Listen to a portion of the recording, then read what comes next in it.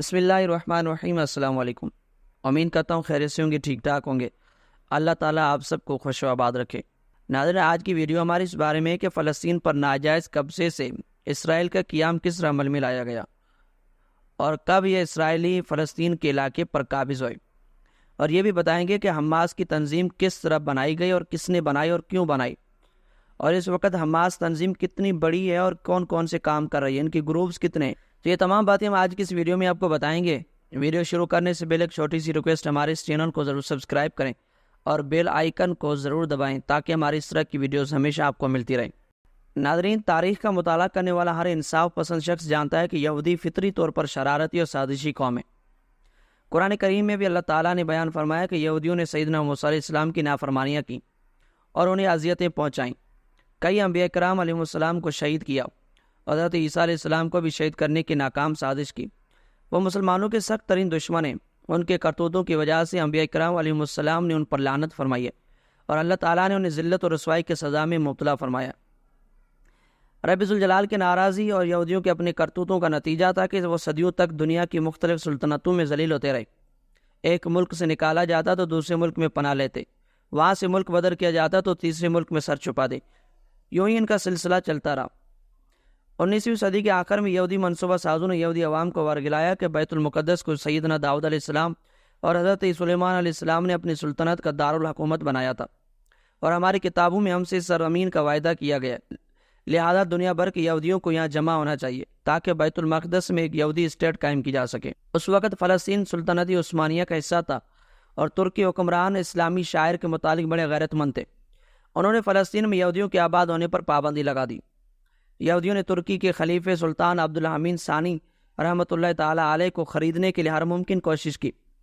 ایک موقع پر سلطان کو 50 لاکھ سونے کے سکے بطور ذاتی تحفہ اور سلطنت کے لیے بھاری رقم اور سیاسی اطاعت کی پیشکش کی تاکہ فلسطین میں یہودیوں کو آباد ہونے کی اجازت دی جائے۔ سلطان عبدالحمید نے انہیں دھتکار کر یہ تاریخی جملہ کہا، اگر تم مجھے پوری دنیا کے برابر سونا دو تو میں اسے بھی ٹھکرا دوں گا، کیونکہ فلسطین میری ذاتی جاگیر نہیں ہے، یہ امت مسلمہ کا ورثہ ہے جس خطے کو مسلمانوں نے اپنی جانیں قربان کر کے حاصل کیا، اور اس کا سودا کبھی نہیں کیا جا سکتا۔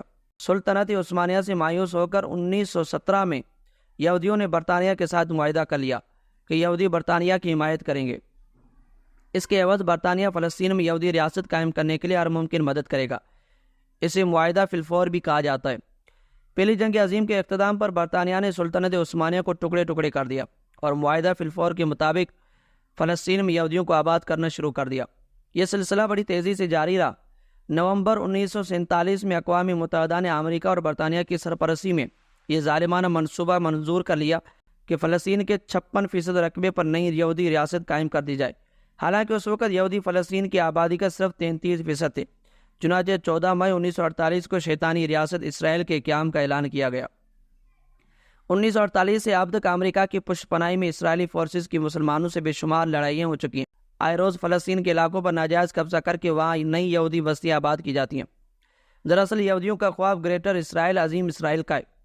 ان کا منصوبہ یہ ہے کہ مسلمانوں کے نبی صلی اللہ علیہ وسلم نے ہمیں مدینے سے نکالا تھا، پھر ان کے حکم پر حضرت عمر رضی اللہ تعالیٰ عنہ نے ہمیں عرب سے نکالا تھا، ہم پھر مدینے میں جا کر آباد ہوں گے اور وہاں تک کہ سارے خطے کو اسرائیل کا حصہ بنائیں گے۔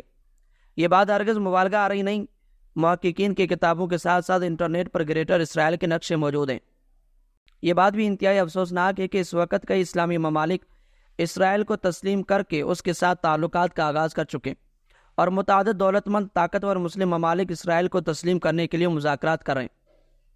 سلام و غیرت مند فلسطینی مسلمانوں کو وہ بے سر و سامانے کے عالم میں اپنی جان و مال اور اولاد کو داؤ پر لگا کر اسرائیل کے خلاف جہاد میں مصروف ہیں۔ ناظرین، اسرائیل کے خلاف حالیہ آپریشن کرنے والی فلسطینی تنظیم حماس کی بنیاد 1987 میں عظیم عالمی و روحانی پیشوا پیر طریقت ابو محمد حافظ احمد یاسین رحمۃ اللہ علیہ نے رکھی۔ 2004 میں شیخ احمد یاسین نماز فجر ادا کرنے کے لیے جا رہے تھے کہ اسرائیلی فوج نے انہیں میزائل کے ذریعے نشانہ بنا کر شہید کر دیا تھا۔ حماس فلسطین کی سب سے بڑی اسلامی تنظیم ہے۔ اس کی مختلف شاخیں جو مذہبی، تبلیغی، تعلیمی اور رفاہی خدمات سر انجام دیتی ہیں۔ ایک شاخ فلسطین کے دفاع کی خاطر جہاد کا فریضہ سر انجام دیتی ہے۔ اسے مجاہد اسلام حضرت عز الدین القسام علیہ رحمہ کے نام سے القسام بریگیڈ کہا جاتا ہے۔ 7 اکتوبر 2023 کو حماس کا القسام بریگیڈ نے اسرائیل کے خلاف ایک آپریشن شروع کیا جسے طوفان الاقصی آپریشن کا نام دیا گیا۔ اس کے آغاز میں اسرائیلی ہوائی اڈوں اور فوجی چھاونیوں وغیرہ پر 5000 راکٹ میزائل داغے گئے، اور پھر کچھ ہی دیر میں مجاہدین زمینی فضائی ذرائع سے بھی اسرائیلی علاقوں میں داخل ہو گئے۔ اب تک اس آپریشن میں 1300 اسرائیلی واصل جہنم ہو چکے۔ طوفان الاقصی آپریشن کے مجاہدین نے اسرائیلی فورسز سمیت پوری دنیا کو حیران کر دیا۔ اس حوالے سے یہ بھی اہم ہے کہ پہلے یہ باور کروایا جاتا تھا کہ اسرائیلی فوج دنیا کی طاقتور ترین فوج ہے، اور اسرائیلی انٹیلیجنس ایجنسیاں موساد اور شباک انتہائی خطرناک ایجنسیاں ہیں، مگر طوفان الاقصی آپریشن کی نہ تو اسرائیلی ایجنسیوں کو خبر ہوئی اور نہ ہی فورسز اور میزائل شکن نظام یہ حملہ روک سکے۔ اس سے اسرائیلی فوجی طاقت کا پول بھی کھل گیا، اور یہ بھی واضح ہو گیا کہ مسلمان اگر دین کی خاطر ڈٹ جائیں تو اللہ تعالیٰ ان کی ضرور مدد فرماتا ہے۔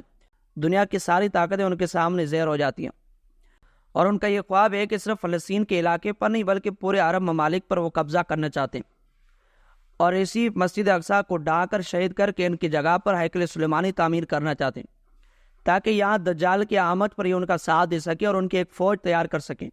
اس وقت دجال کی آمد کے سلسلے میں اسرائیل باقاعدہ تیاری کر رہا ہے اور ان کے لیے ایک فوج تیار کر رہا ہے۔ یہی وجہ ہے کہ وہ صرف ایک بہانہ بنا کے مسجد اقصی کو شہید کرنا چاہتے ہیں اور ان کی جگہ پہ ہیکل سلیمانی تعمیر کرنا چاہتے ہیں، اور ان کا یہ خواب ہے کہ ہم فلسطین نہیں بلکہ مدینہ اور مکے پر بھی حملہ کر کے پورے عرب پر ہم قبضہ کر لیں۔ جس طرح مسلمانوں نے ہمیں عرب سے نکالا تھا تو ہم بھی مسلمانوں کو عرب سے نکال دیں۔ یہی وجہ ہے کہ وہ فلسطین پر حملہ کر رہے ہیں۔ تو ناظرین کرام، یہ تھی مختصر ہماری ویڈیو، امید کرتا ہوں آپ کو پسند آئی ہوگی، اور اگر پسند آئے تو ہمارے اس چینل کو ضرور سبسکرائب کریں اور بیل آئیکن کو ضرور دبائیں تاکہ ہماری اس طرح کی ویڈیوز آپ کو ہمیشہ بر وقت ملتی رہیں۔ اور اگر ویڈیو پسند آئے تو ویڈیو کو لائک ضرور کیجیے، شیئر ضرور کیجیے۔ ملتے ہیں اگلی ویڈیو میں، تب تک کے لیے اللہ حافظ۔